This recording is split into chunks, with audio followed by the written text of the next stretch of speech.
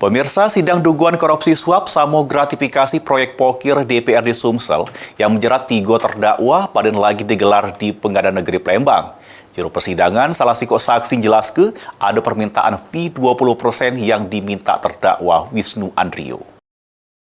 Apa aja yang saudara pakai dan nama-nama perusahaan? Persidangan kasus dugaan korupsi suap sama gratifikasi proyek Pokir DPRD Sumsel pada lagi digelar di Pengadilan Tipikor Palembang.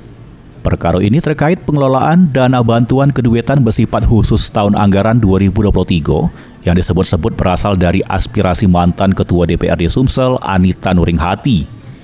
Juru sidang yang dipimpin oleh Hakim Ketua Pauzi Isra, Jaksa Penuntut Umum menghadir ke 4 wong saksi, 3 diantaranya pihak dari swasta yakni Budi Santoso, Ali Alvan, Irfan Ardiansah, sedangkan sikok lagi Regina Arianti dari Bapeda Sumsel. Juru keterangannya di persidangan, saksi Ali Alvan mengaku kalau dirinya guna ke perusahaan Budi Santoso untuk mengikuti lelang sama mengurus seluruh dokumen ke Pokja ULP. Selain pas ditanya soal fee 20%, saksi jelaskan kalau fee tersebut permintaan iparnya, yakni terdakwa Wisnu Andiko Patra.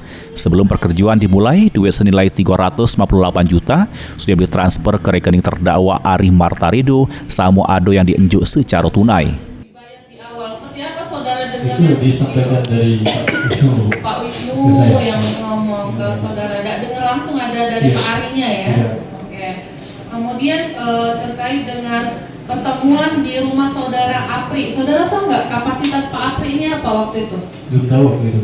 Sekarang tahu? Tahu. Apa jabatannya? Kepala dinas. Perkara ini menjerat 3 terdakwa yakni Kadin PUPR Banyu Asin Apriansah, Kabak Humas Protokol DPRD Sumsel, Ari Martaredo, sama Wisnu Andrio Patra selaku Wakil Direktur CPHK. Heru Wahyudi, PAL TV.